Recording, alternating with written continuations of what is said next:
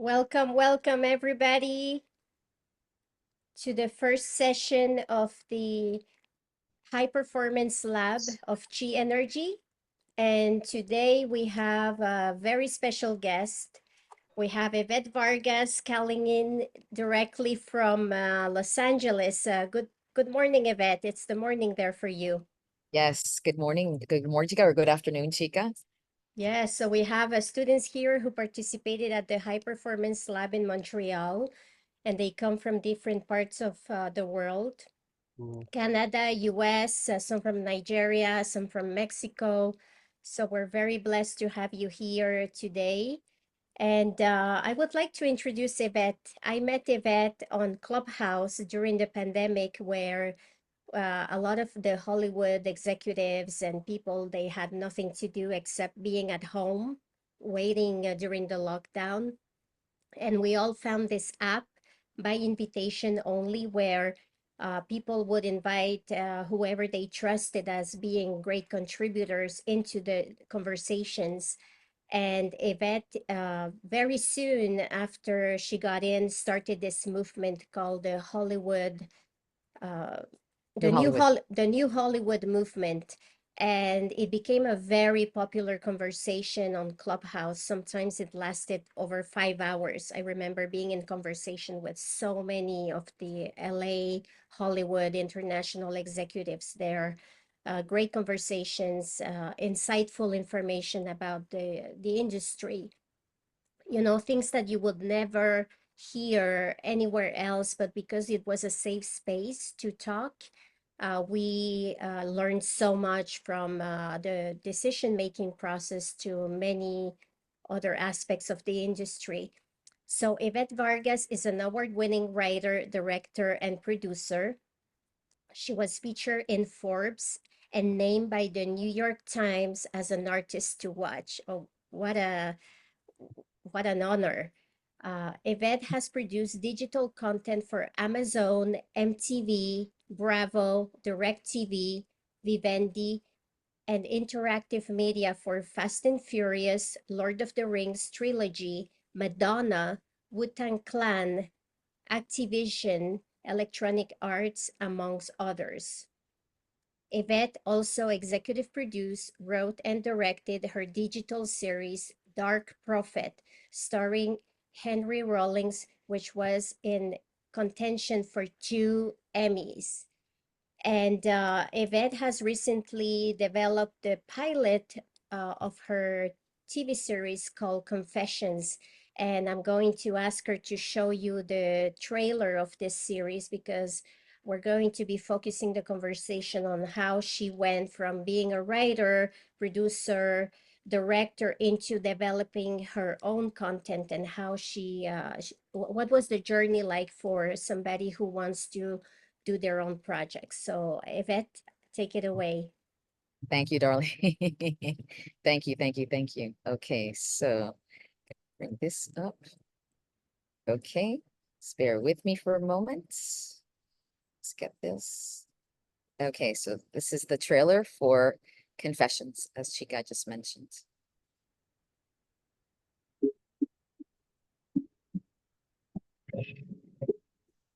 Welcome back.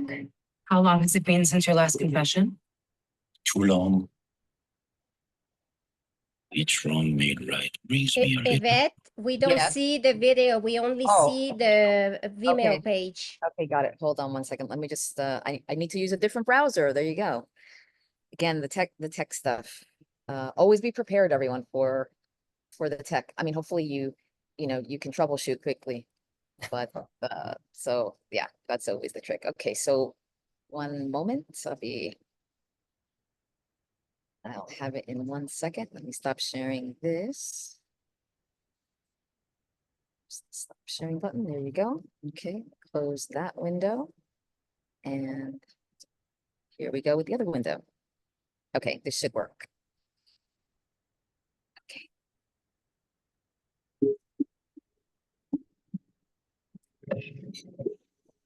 Welcome back.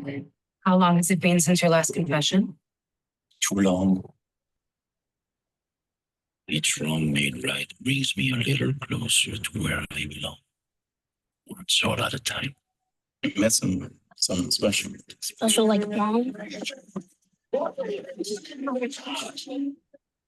I'm ready for us to be a family. And I know you want that too. Yeah. Yes.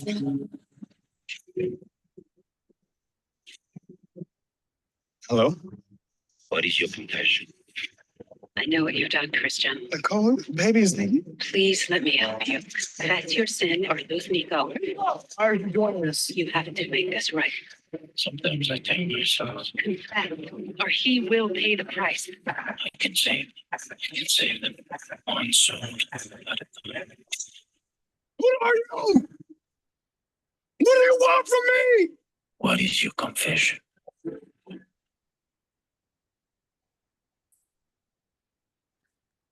Bravo.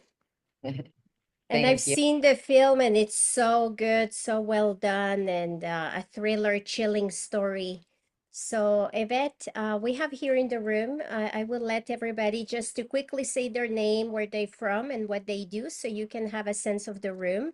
So we'll start with Harding. Hi, Harding. So great to see you. I'm coming. Hi, great to see you. Yes, How are you? I'm I doing have to talk great. about myself, right? You Well, just I'm say Harding. your name, where you're from, and what you do. Oh, sorry. Yeah. Well, I'm Harding Jr. I'm from Haiti. I was born in Haiti, but raised in Mexico, and here I am. I'm in Mexico now. I'm an actor, producer, and director. Welcome. Mucho gusto, mucho gusto. Mucho gusto, Ivette. Tiffer. Hi, everyone. Nice to see you all. Hi, Yvette. Thank you Oh. for meeting with us. It's a pleasure to meet you. My name is Tiefer. I'm based in Montreal, and I'm an actor. Pleasure to Thank meet you. you. Melanie. Hi, my name is Melanie. I'm from the South Shore of Montreal, and I'm an actress. It's a Nice. pleasure, Yvette. Great to meet you. Louis-Philippe. Hello, Louis-Philippe. I'm a writer and actor and director as well. And I'm really happy to be here from Montreal. Fantastic. Yes, Great to meet Megan. Hi, thank you for accepting to meet with us. And hi, everyone. My name is Megan, and I act, I write, and I like to meddle in all sorts of arts in general. Fantastic. Pleasure to meet you. Pleasure Dinah. to meet you too.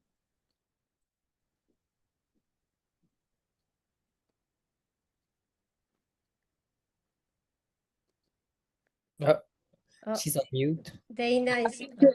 Do you hear me? Now Yes. Okay, good.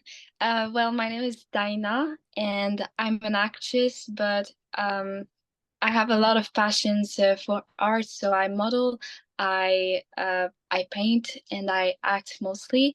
And I'm from Quebec, which well, I'm from Prévost, and I'm close to Montreal. So it's nice to meet you. Nice to meet you also. I grew up drawing, painting, and writing, so Yeah. I understand the passions. Yes. Nice. Daphne. Hi, my name is Daphne. I'm from Montreal, and I'm an actress and a dancer. Great to meet you. Nice to meet you. And Paul. Hello, my name is Paul Matt. I'm based in Toronto, and I'm an actor mostly, and a storyteller and director. Pleasure to meet you. Great. Good. And James. Hi, everyone. I'm James. I've transitioned from Toronto to Montreal, and I seem to be transitioning from an actor-writer to a writer-actor. Fabulous. So I think that's it. I don't see anybody, any other students left. So, okay, so let's start, Yvette. I'd like you to share with us your journey making confessions, and how did that look like when you were casting, and why did you cast those actors? What makes a great actor possible? Especially you had some of the you know, like a phenomenal cast. Explain to us, how did that go about, that process? Absolutely. Excellent. And by the way, I'm so excited to be here also. So thank you, thank you for listening. Thank you for listening. So in terms of my journey with Confessions in particular, as Chica mentioned, we met on the Clubhouse app during the pandemic, and I was definitely one of those people that took the opportunity that time to develop and create, and hopefully you did too, because I believe, and my experience has been that those that did take that time, that it's been fruitful. It was fruitful, whatever that they were producing at the time. I know Chica shaking her head because she did the same thing. So I work a lot in television, also films, but I work a lot in television. And so Confessions was an idea that I had, a concept that I had for a television series. And then at the time I wanted to direct something new, to update my reel for the directors that are on this call. That's always a constant, right? You need to be shooting, you need to be updating your materials, and you need to be showing people your new materials. So that's just part of the job. And so I had several intentions that I wanted to actually achieve with Confessions. First of all, develop a brand new television series that I was extremely passionate about and really believe that it could be very viable in the marketplace. And secondly, that I was going to, of course, write that, develop that, but then also write, develop, and produce a proof of concept short that would be a standalone short with its own beginning, middle, and end, but very much represents the overall story, establishes the intellectual property, establishes the protagonist, establishes the main conflict and the concept of what the television series is based on. And because it's a really big idea, and I'll tell you a bit more about the idea in a moment. You did see the trailer, so you have a little bit of a you have a little inkling of the idea, but it's a very big idea actually. So one of my intentions was to utilize this proof of concept film to be able to represent that quickly, and then all of my follow-up conversations would be about what was established in the film, and that would be the jumping off point to then speaking about the project at large. So so it was worth it for me to produce this proof of concept short just for that. Everything else that came along with it was just, just additional wonderful blessings. So because it was a standalone short and I could enter it into festivals, which I did, it just did really well. It's won many awards, including most recently the Audience Award at the Cannes Film Festival. So thank you.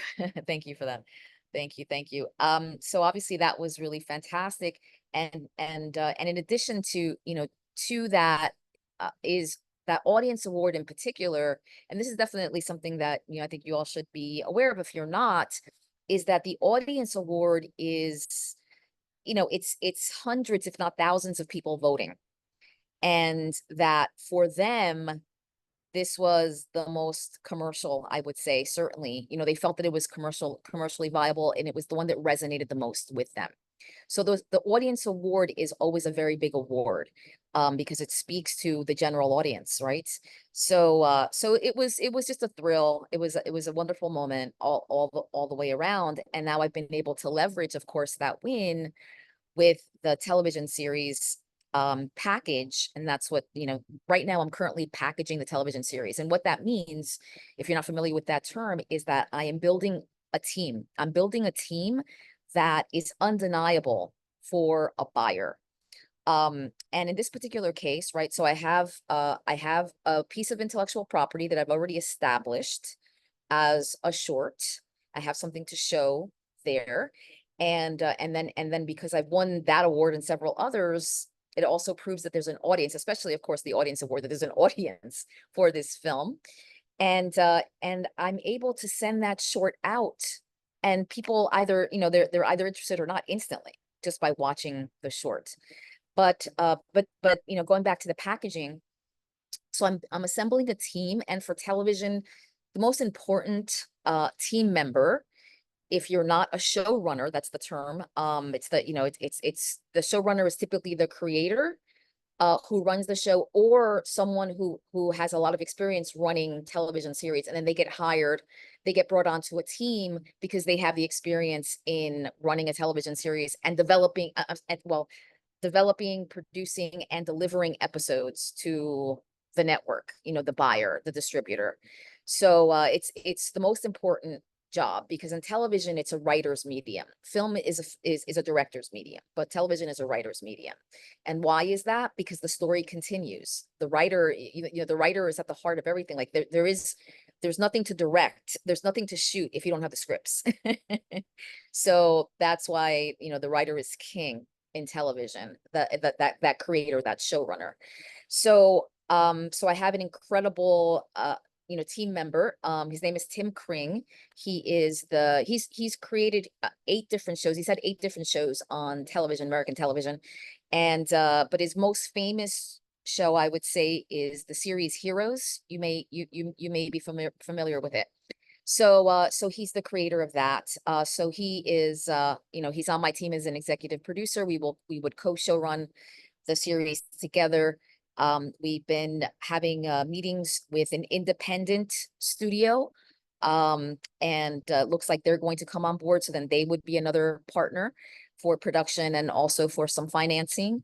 And then there's another well-established producer also who's coming on the team. And then we're going to attach talent, actors, and then go out and pitch it. So it's very difficult to sell a television series in the United States. And the United States market is different than any other market. But it's just very, I mean, it's a very difficult period, but it's extremely difficult right now. So you need to go in there with every reason for them to say yes. So the packaging is really important, right? It's not only you going in, you need a team, because it's the creative is half the sale. The other half is yourself and your team members. And these team members and yourself have to be people that the buyer, whoever's investing in this television production, they are investing in you also. So half the sell is you and your team, and the other is the creative.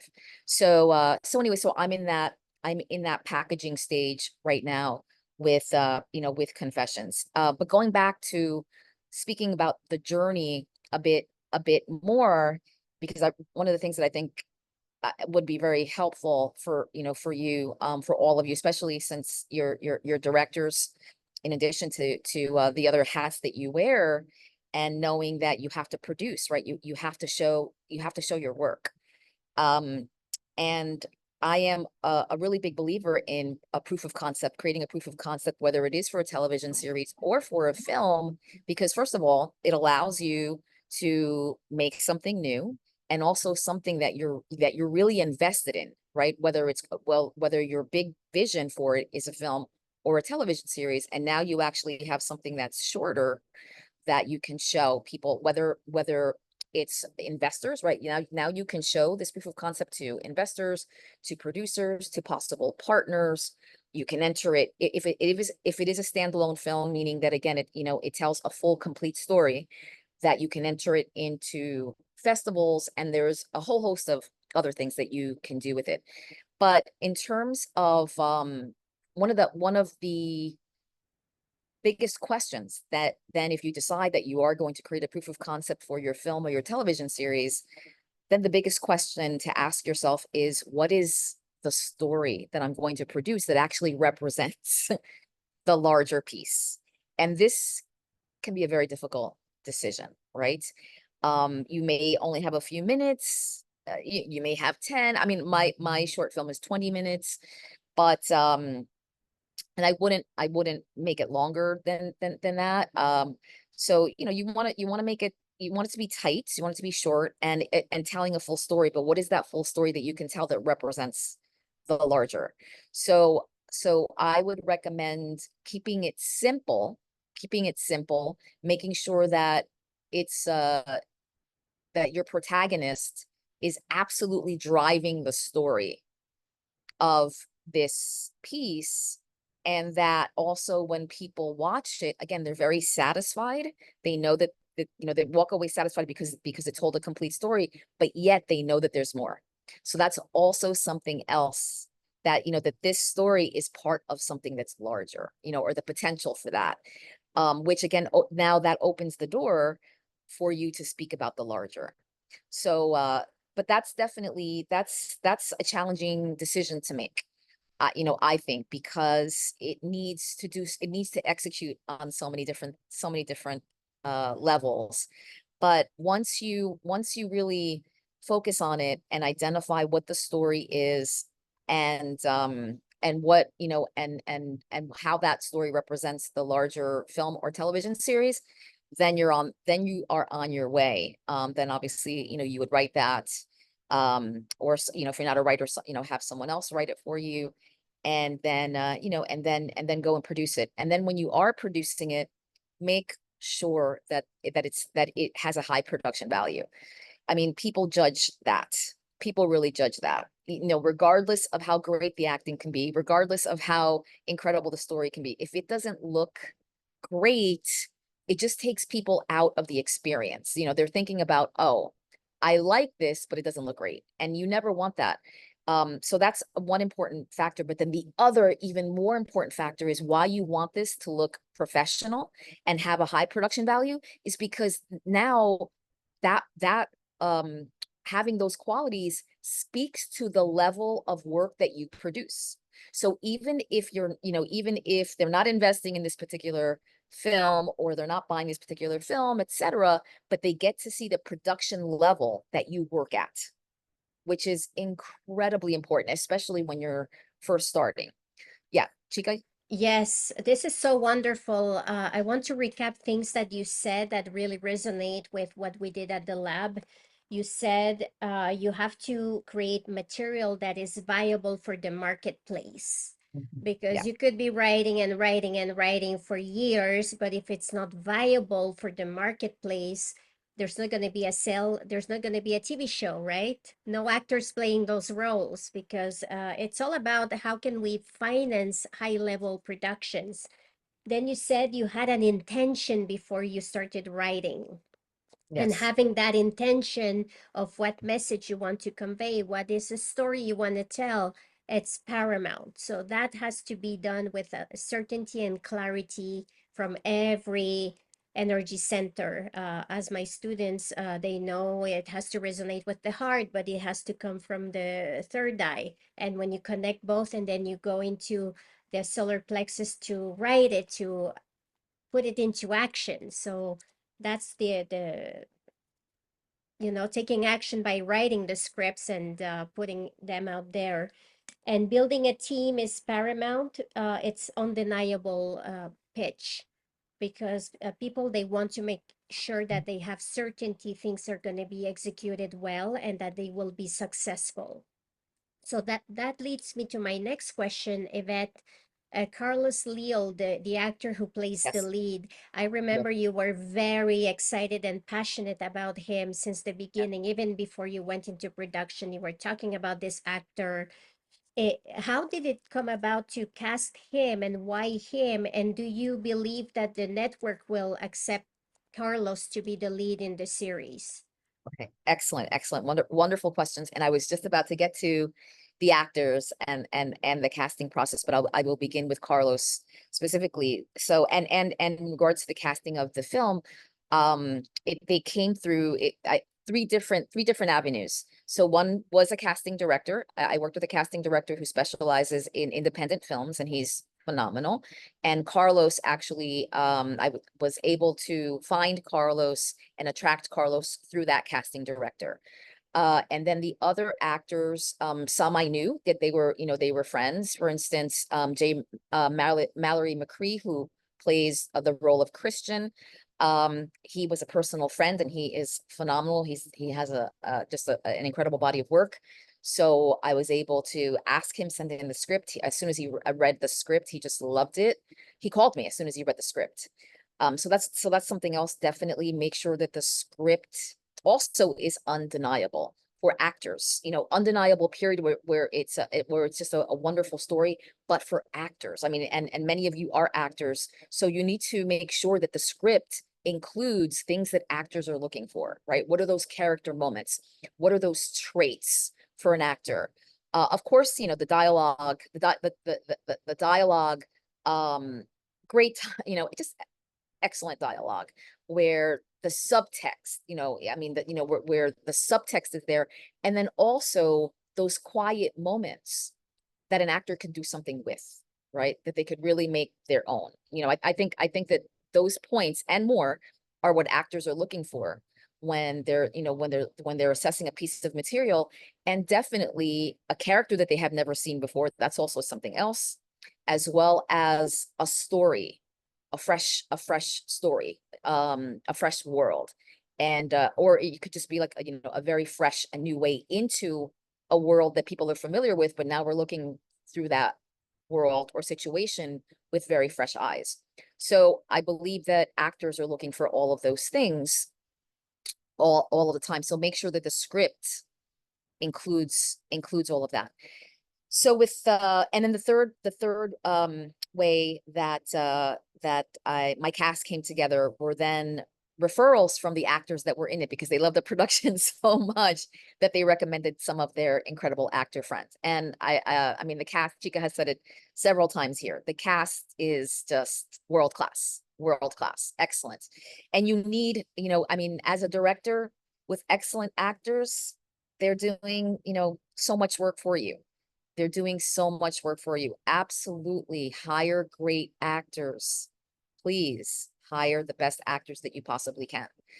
So with Carlos Leal specifically, and he is well, the protagonist who you saw a bit in the trailer, he is a fallen angel. He's actually a 500-year-old fallen angel. He was a Spanish conquistador, and he committed a sin as an angel. By the way, he was justified for the sin. But anyway, he committed a sin as an angel, and he is kicked out of heaven. He's banished from heaven. And now he has been roaming the earth for 500 years. And the only way for him to return to heaven and to reunite with his wife, who he believes is in heaven, is to fulfill his penance. He was given a penance when he was banished from heaven. And his penance is to find sinners with deep, dark-seated sins that they basically have to take action on, confess and take action on, to right their wrongs and to atone for their sins. And he basically, it's 1,000 sinners that he needs to lead through redemption. So he's been, you know, he's been here for 500 years. He's about halfway done through, you know, through his penance. And in present day, you know, he's lonely. He has waning faith, and many other things. But so it was a very interesting character, right, to begin with. It's a character that we don't usually see. And the way that the character was written in the script, there was really a tremendous amount of opportunity for Carlos to do something with the character. So when the casting director sent it to Carlos, and he, you know, he obviously knew Carlos, sent it to Carlos, literally Carlos said yes immediately. And he just really connected with the character. He really had an idea of how to play the character, and he did it brilliantly, magnificently. And he was, you know, he was on board. He was on board. So that was fantastic. And I was extremely excited about Carlos, because I was familiar with his work. Carlos is a character actor. He speaks about 5 different languages, at least 5 fluently. So he works all over the world as an actor. And he's also Spaniard. So, you know, he connected with the conquistador story of it all. And so he was just the perfect match. And then in terms of, you know, a network or a studio being open to him playing the role, I mean, you know, Chica, these are discussions that we will have to have. You know, we will see. Obviously, he did an incredible, I mean, first of all, he's just a fantastic actor. I support him wholeheartedly. And you know, so once we start having those conversations, you know, we'll see. And if not the lead, absolutely another role, Chica, absolutely another role, because he is that talented. And he brought so much to it, and he understands what it is, what the story is, what the journey is, what the series is. And this is something else that's very important for those that are interested in television. And when you're bringing someone onto your team, well, actually, this goes for both film and television, is that whoever these team members are, you need to know that they fully understand what the film or the television series is. This is not something that they are going to discover later. They need to know upfront, because they're the ones that are going to help you sell this. They're the ones that are going to be talking about it on their own when you're not there. They need to know what it is. They need to be committed to it. And therefore they're able to speak about it in a way that is informed and coming from a place of connection to the material. So yes, Chica, so those are the answers to your questions and more. Yeah, no, it's so enlightening, and I'm learning so much from you, Yvette, as I usually do. So, actors often ask me, what is my value? How can I know where my value is? Can you explain in the Hollywood system what the value of an actor or of a director is in the marketplace, and how we Sure. calculate that? Yeah. Well, I mean, in the Hollywood system, it's challenging because how they value, I mean, certainly established directors, right? And the key word is established, right? Because it's like, you have to have an opportunity. You have to be given an opportunity to become an established director to direct Hollywood productions, whether it's television episodes or television series, and obviously films, feature films. Let's stay within the Hollywood indie Yes. community, Okay. because Sure. the studio is unreachable at Yes. this time. So Yes. let's make it more accessible. Yes. So in terms of the Hollywood indie, so it's what kind of success have you been able to generate on your own, whether it's with your feature, with a feature film that you may have directed, and of course, short films. Excellent. I mean, these short films absolutely are worth investing in. And again, you want to make the best short film that you possibly can, that represents all of the different aesthetics that you bring to to the production as a director. So so your short films, and then having success with those shorts. I mean, you want to enter them into the most prominent festivals, because those are the ones that get the most attention, right?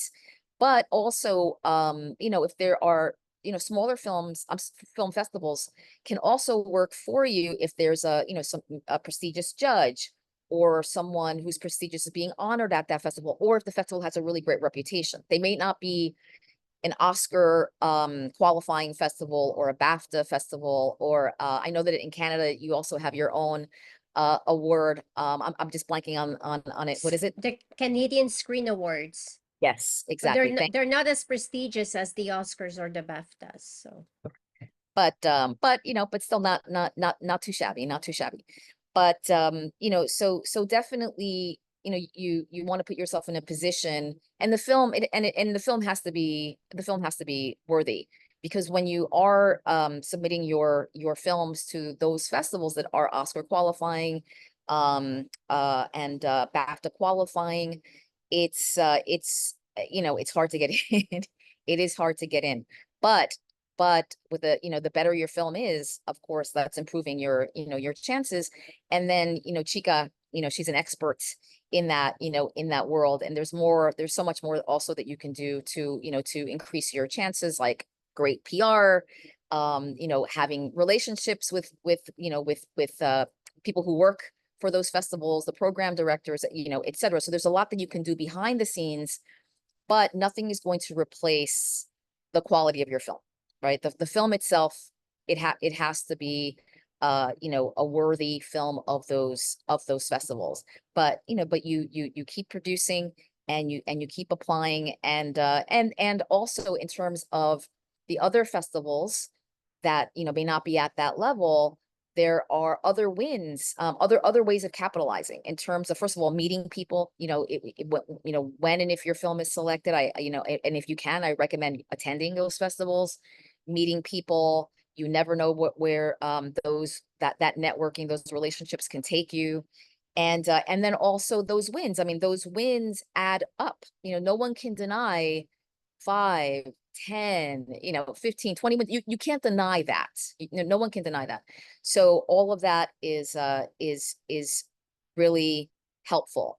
So going back to the Hollywood indie, those And talk shorts- about the actors. How can they know their value? The Oh, yes, actors. yes, for sure, for sure. And you know, just to put a little button on the directing perspective, and then for sure the actors. So having those shorts and even a feature film that has gotten into festivals, you know, perhaps has won awards, but just the quality of those films. When you're making something quality, it cannot be denied. So when you are in the independent level, you need to have either a short film or a few short films, and perhaps a feature, but certainly short films for sure. If you happen to have a feature film, fantastic, you know, and it should be an excellent film. Fantastic, because that's, again, those are your portfolio pieces that will help get you hired. And then if those films have any kind of, again, whether it's awards, any kind of prominence, that absolutely helps you get hired. And some of that can then, you know, you can begin to get publicity from that, right? Awareness from that. So all of that is really helpful. So your value, knowing your value as first, you know, a director, and then I'm going to get to the actor, is knowing what you bring. You know, the director brings the vision. The director is the author, right, of that vision.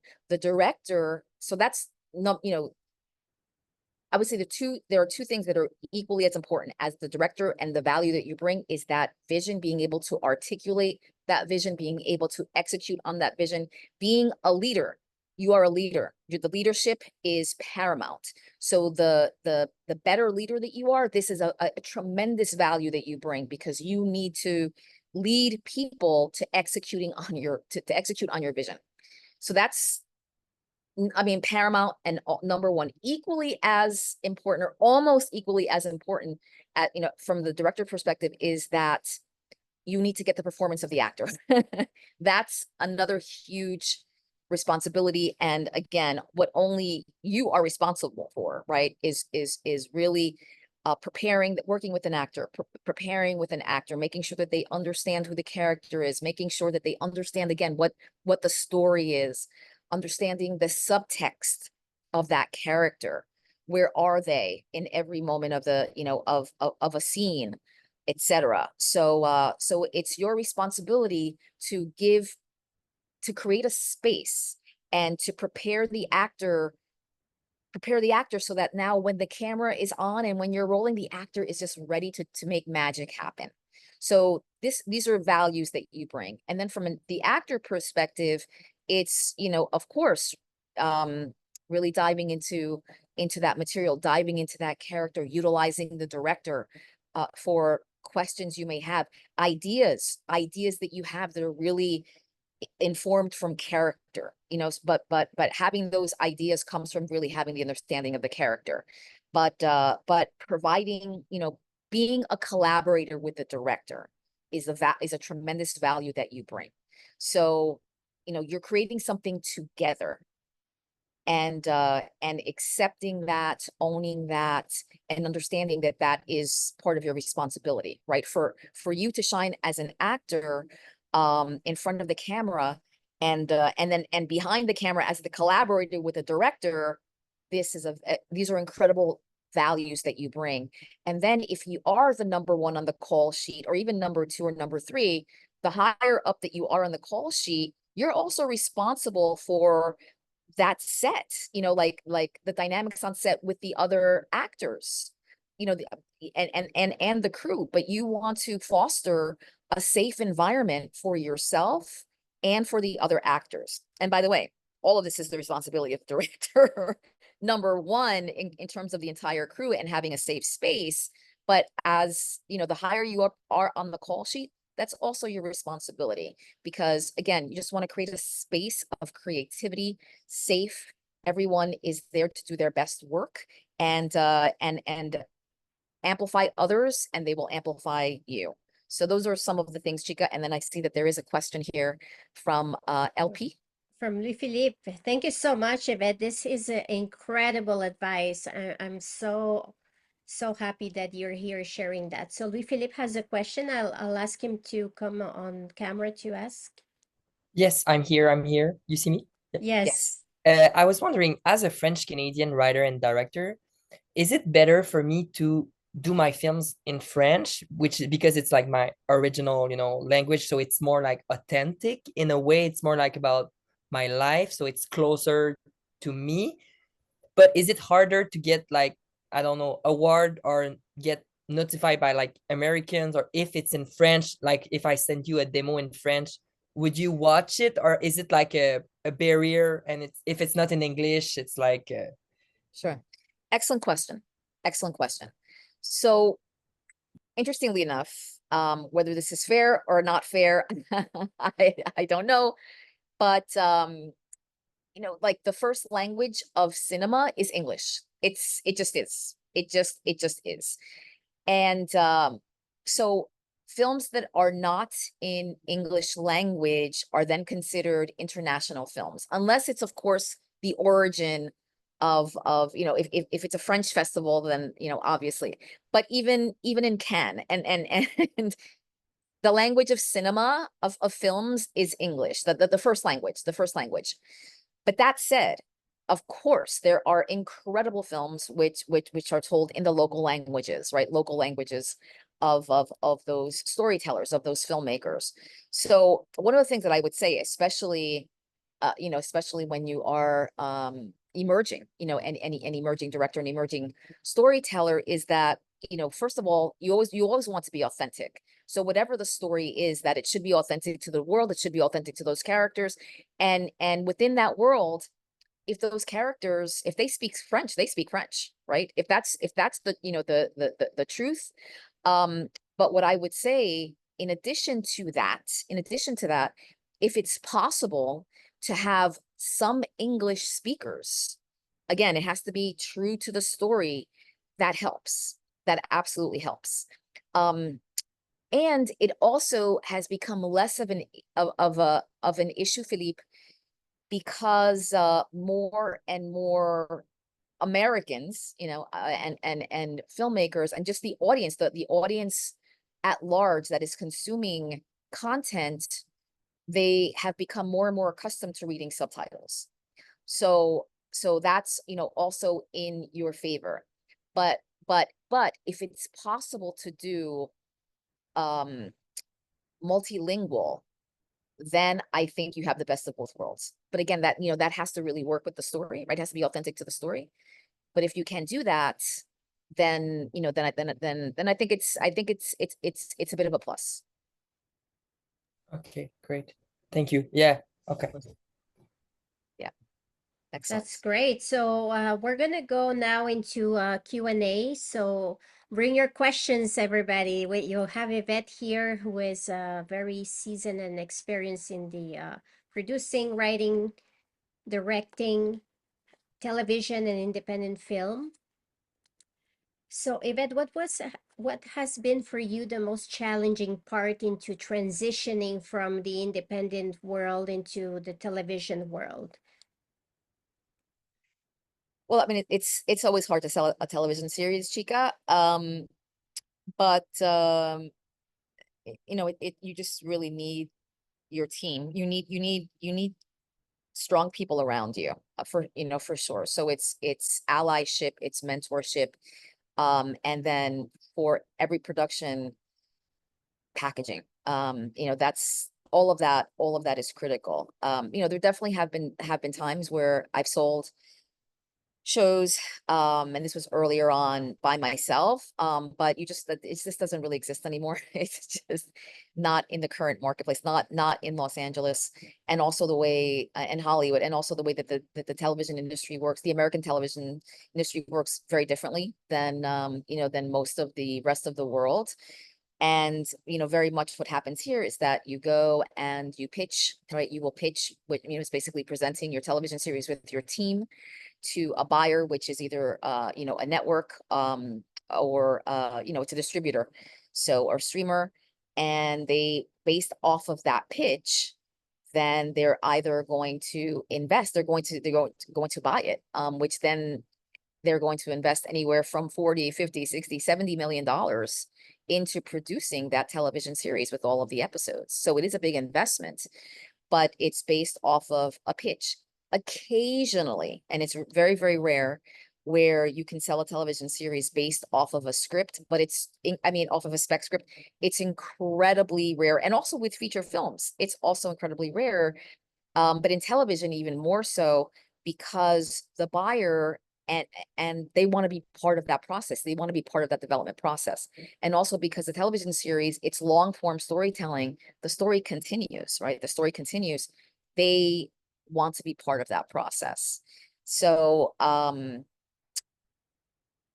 yeah, I would say, Chica, it's definitely like, something that I learned is really building a great team, going in with an excellent team that helps to increase your chances. The creative has to be exceptional and the team has to be exceptional. So those are two things that I absolutely learned. And then you have to be an excellent pitcher. You really need to know how to present your television series, and that's an art within itself. You literally write a script of what it is that you're going to say that sounds like a conversation. That's true. And then you memorize that, where you just know it in your bones, so that when you are presenting, it doesn't sound as if it's memorized or rehearsed. It sounds natural. Exactly. But that's basically, what happens. And then, and then in addition to that, then you could create also strong visual material, like a presentation deck, that literally the images now represent your vision. First of all, it represents what you're talking about in your pitch, but also represents the vision that you have of the series. Absolutely. Well, the pitch is always the beginning of the conversation and an invitation to follow up. So we have Tifer who has a question here. Yes, hello. So I just had a question in regards to you spoke about the importance of having an audience for your project, and congratulations on winning the audience award at your festival. So my question essentially is, if you don't have, the benefit of receiving an audience award, having that to back you, how can you go and kind of prove to the buyer or production company that yes, there is in fact an audience, a very strong audience, or perhaps a niche target audience for this type of film, if you don't have some type of, tangible physical proof? Sure. Yeah, no, excellent question. Well, this is why entering it into as many festivals as you can. It does get costly. Chica would be the first to tell you those submission fees add up. They really, really do. But and that's why you want to be selective in terms of where you're submitting. So other awards, all of that also helps you. Now you can see you have an award-winning short. So that's one way. But the biggest, the main way I would say, in addition, is to build a community of fans for this production, for yourself and for this production. And how you can do that is, perhaps you hold your own screenings. By the way, they can be virtual. You can do this over Zoom. You invite people, you start to build fans, you start to build a community of fans. And then in the social media space, yourself and your fans are constantly posting about your progress, right, with this film. And by the way, you should start this from the moment that you are green lighting the project for yourself. You're green lighting yourself and you're green lighting the project. You should start speaking about your journey in social media, so you can start earning and building a fan base for yourself as the director, the filmmaker of this production. And then, of course, once it is produced, then continue to share the milestones of that journey. So it's sharing the milestones of that journey from the moment that you greenlight yourself and you greenlight that project. Share it, and you start building fans, and then you can have these private screenings. Of course, getting into other festivals, be loud about that.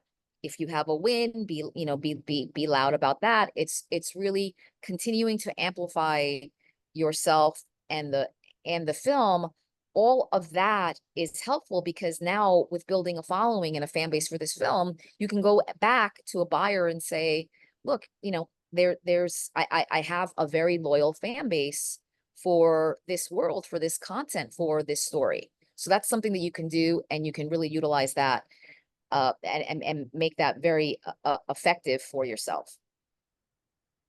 And also Thank for you. actors is to build their own fan base, because if you bring in all your fans into a production, it becomes more value than not having you on the production. So always build your audience. People have to know who you are more than you know who they are. You know, the more people know you, the more money you're gonna make. Mhm. So true. And James now. Thank you.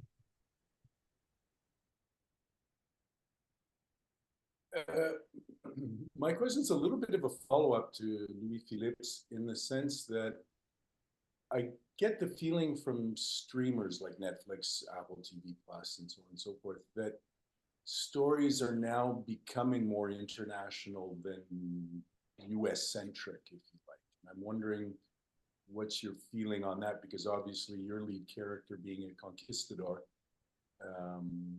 that's hardly a US centric story. So congratulations on that as well. Oh, thank you. Thank you. Well, I mean, okay, so it's a great question, and it's a layered question. So when you are presenting a piece of material, whether it is a film or a television series, whoever is going to buy it, they're going to be thinking about the global potential, the global audience potential. So regardless of it being a local story, whether the story is taking place in Los Angeles, or it's taking place in Montreal, whoever is investing is going to be thinking about the universal appeal and that global audience. So you are always selling to a global audience, because there are no borders. There are very little borders left in terms of content, stories, how they travel. So a buyer is always thinking about the again, that universal appeal, that global appeal, to appeal, to maximize the audience.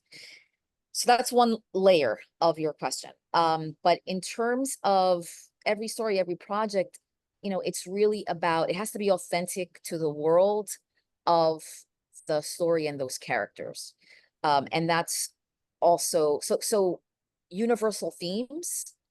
That's what makes the concept, the journey of the character, that's what makes it appealing to many people around the world, with a universal experiences that we share, universal themes that we share. This is also what a buyer is looking for. So regardless of where it's set, that it appeals to people all over the world. If it's a story about grief, right?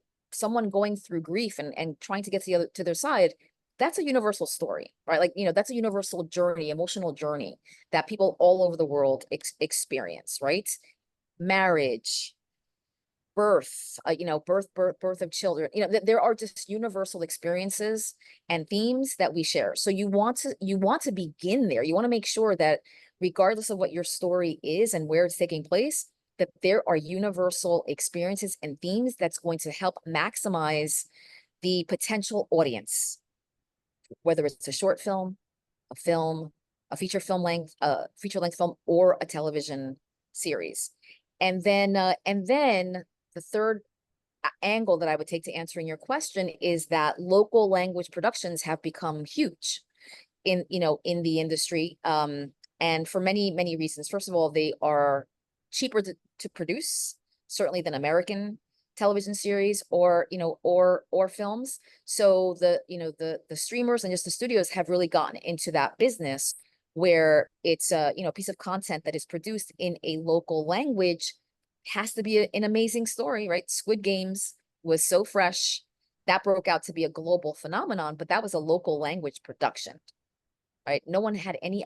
Netflix had no idea that was going to become the phenomenon that it did, but it was true to the concept. It was true to the world. It was true to the characters that were involved, in that. But it was universal enough, and a concept that, again, was universal enough that you can tell that Squid Game story in any language, in any country. And that's what Netflix is now doing. So those are some of the things that you should be testing your concepts against, that will be appealing to, again, a buyer. That's so true. Okay, so we're gonna wrap it up with Louis Philippe, unless somebody else has a burning question. We already are at 2 p.m. Eastern time. So Louis Philippe, go ahead. Okay, last question. I was wondering, once we get recognition at festival and we start to have like a brand, a name, is it like possible to do like co-production with the USA, or is it something that is hard because we are French speaker and from Montreal? No, well, okay, so interestingly enough, so Canada has co-productions with just about every country in the world. They are one of the Over 64 countries, I believe. Yeah. yes. So they are one of the largest, if not the largest, the biggest country that has co-productions, that many co-productions. So with that already, Canada already has the agreements in place so that you can do co-productions with with these 64 other countries. With the US, we don't in the US doesn't really have that kind of structure, but US producers can partner with Canadian, producers and filmmakers, and then you can do a co-production with another country. So that's how you can bring the Americans in, on that. And there are many Americans on these Canadian co-production deals. And then what the American can be bringing, depending on who they are, of course, is value internationally. But then with success of that production, that then that may be a way to bring it now back to the US, where if it's a television series, perhaps now that the original, which could have been French Canadian, now would become a format. That's what it's called. And it's basically like now selling the rights of your production to an American market. And so your original show becomes a format. And that's an incredibly valuable place to be, because now you can just sell the rights to that format. I mean, it's literally a check that comes from various countries around the world that are going to do an adaptation of your original series in their language and in their country. So that's something extremely valuable that can come from producing it and having success, and then having American interest. And if there was an American partner, that American partner could be the person who is pushing that kind of opportunity in the US. Yeah, and with the US, we have the co-venture. There's no co-production treaty with the United States, but there's a co-venture agreement where there's two models. Just to answer to Louis Philippe, and you can also ask me, Louis Philippe, on the side. We can be a service production from the US to filming in Canada, or it could be a co-venture production where you have a Canadian producer and you partner with an equity investor in the United States to bring in some capital to hire big stars that can be sold in the United States or internationally. But all of this takes a lot of agreements with legal advisors, and it has to make sense within the point system of Canada, which is 8 out of 10. Actors take 1 point each, but the writer takes 2 points. Even if you have a Canadian writer and an American writer, a minority American writer will take 2 points. So there's many things. This is a longer conversation, of course, but I think what you meant with Philippe as a French speaker, if there are opportunities for you in Hollywood, I would say your work, your identity, as your vision as a director will translate, but they will want you to produce English work. But if you stand out as a French writer director, like Xavier Dolan, for example, then, or Denis Villeneuve, or Jean-Marc Vallée, they all went to Hollywood because their work was so original, and then they did American work in English. Yeah, so that's another way. And we have James as the last question before we wrap it up. Again, sort of a follow-up. How is Canada perceived at large as a producing country in Los Angeles, in Hollywood? Yeah, well, I mean, especially in television, so many American television shows, series are produced in Canada because first of all, it's much more cost efficient, cost effective. And so they're perceived, Canada's perceived as a very good and viable production partner. I would say that's number one. That is the number one perception. It is a very good production partner. And and then there are other aspects that there can be some financing opportunities. Canada has a lot of different kinds of agreements and different kinds of avenues in terms of how you can partner with Canada. But first of all and foremost, and just the largest, James, is that Canada's perceived as just a viable production partner where we can produce quality efficiently and effectively. If I can just follow with that up, the Canadian actors, because obviously when they're coming here, they're bringing the leads. How are the Canadian actors who fill in sort of farther down the call sheet, how are they perceived? Well, if a production is being shot in, Canada, and to take advantage of everything that she could just, spoke about, the credits there, the 8 to 10, then of course, there has to be casting. You can't bring an all-American cast. There have to be Canadians. So, again, you're going to be looking at their body of work. What is the standing of that particular actor? And but the great thing is that it's only within the pool of Canadian actors, so it's a smaller pool. So I think that certainly the chances, I mean, of course you have to have a great audition tape, whatever the case may be, but you're competing against less people than if it was American actors. So that's your advantage. So of course, making sure that your materials stand out, your performances stand out, and as much as possible that you can show on your reel, as much of your work as possible. And by the way, something that I highly recommend for actors is, if you haven't done that much work, where you have a body of work to then edit into a reel, produce your own reels, produce your own work. And then, of course, add those fantastic performances, edit that into a reel. Never wait for anyone else to be hiring you. Hire yourself, greenlight yourself always, and make sure that you can create the materials that you need to compete yourself. Thank you.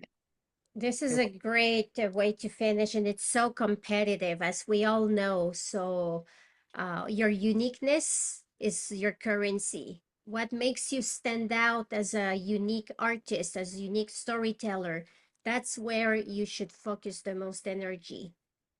Because there are too many people who want to try to be so-and-so or write like this other person. So really, it's about finding your own voice. Paul wants to ask a question, so I will allow Paul to come on camera and ask it, and then we'll wrap it up. Hello, thank you for all your answers so far. Basically, I just want to quickly ask what you think a good strategy is in terms of like when as a writer who has strong confidence in the stuff that I make, the strategy and approach of actors that you want to work with, of co-production companies that you want to work with, writers that you want to work with, directors you want to bring on board. How do you make those decisions in terms of valuing what they're going to bring to you, even if you are like the confident leader that is building the mission forward? Yeah. No, thank you for that question. I mean, first of all, the relationships, the personal relationships that I have, the relationships with people that I've already worked with that are just fantastic, right? I mean, you're always going to go to your relationships, right? I think most people will begin there. And then in terms of people that you haven't worked with, but you admire their work, you just strategize the best that you possibly can of how you can get to them. Bring some really good value. Yes. How can I get to them? And I am of the belief that you are always 1 to 2 degrees away from the people that you want to get to. I am a firm believer that everyone is that close to whomever. Either you know someone, like you have someone in your network that knows that person, or again, you're just like two relationships away. So when you are speaking now to the person that you do know, you want to be as prepared as possible. You want to be able to articulate your intention. You want to be able to give them the materials that they can send on, if that's the case, and they have to look professional. They have to read professionally, etc. So you're always 1 to 2 degrees away from getting to who you want. And but the value assessment really begins with who you know already that can bring value to your team, and then really being earnest in terms of who you think is right, and being open to suggestions from other people. Other people may be able to suggest like incredible people that you may not have thought of, Yeah. don't know or have thought of, and then you have to go about the business of vetting those people. You have to vet everyone and make sure that that you connect on a human level, that there's respect there. That's critically important. I mean, the personal, or just fostering those real relationships and being able to work with people that are open, that are collaborators, that are there for the right reasons. And the right reason is always to help you elevate the work, to help you succeed. So, that's what you're always looking for in terms of relationships. Because regardless of how talented someone is, if they are toxic, a toxic person can destroy the entire production. So, so you're always looking for the humanity of people and how you connect, what is that dynamic, between yourself and someone else, and are they a collaborator, right? Are they there to help you execute and elevate the vision? Thank you. Wow, so many wise words here. So thank you, Yvette, for this great conversation. I would like you to say your final words of wisdom for the audience here, and also invite everyone in this call on Wednesday at 3 p.m. Eastern Time. Yvette and I are going to have a conversation on Clubhouse. So I would love all of you to come. We will send the link, and to continue the conversation. Is going to be even more expanded into the chi energy of everything that we are discussing here about the industry in Hollywood. So thank you, Yvette, again. Any final words? Yeah, I mean, the last few words that I would say is keep going, keep going, keep going. Never, never give up on your dream. Never give up on your vision. And never allow anyone to make you feel as if that you can't achieve that, because it's up to you. I mean, literally, you are the creator of your own destiny. So do the research that you need to do the work that you need to do, be at your best, right? I mean, all of this time, and it's a constant for even for myself, and I'm going to speak for Chica as well. I mean, we are constantly improving.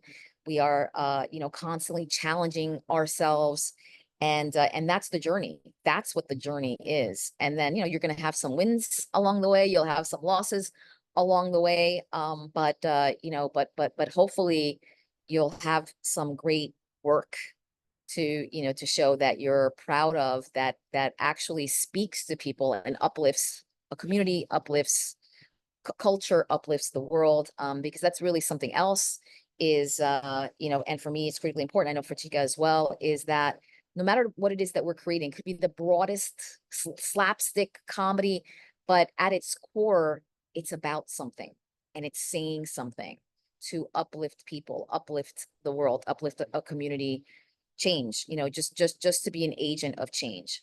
So if you're doing all of those things, you are on your path, and and just never give up. Just continue. Just keep going, keep going, keep going. Wow, a big round of applause for Yvette. This is so great. Woo! Thank you so much. You've been great. Thank you for the questions and just your time. It's just been fantastic, Chica. Love you. Love you. Thank you for everything, and I'll see you on Wednesday on Clubhouse. Yes, thank you, absolutely. Yvette. All the Okay. best. All the best. Bye-bye. Thank you. Bye-bye. Thank you Thank so. Thank you. Bye. Bye-bye. Bye. All right. Well, hello, my beautiful students, rising stars, Chi Energy. Didn't we have so much fun this weekend at the cottage? Whoever came, it was fantastic. So thank you again for being here with us. And we will keep sending you invitations for the next mentors that are coming up in the next month or two. Any How last did the thoughts or writing go? questions? How did the writing go for the rest of the week? Oh my God, it was phenomenal. I'm going to end the recording, so just give me 1 second. Here we go.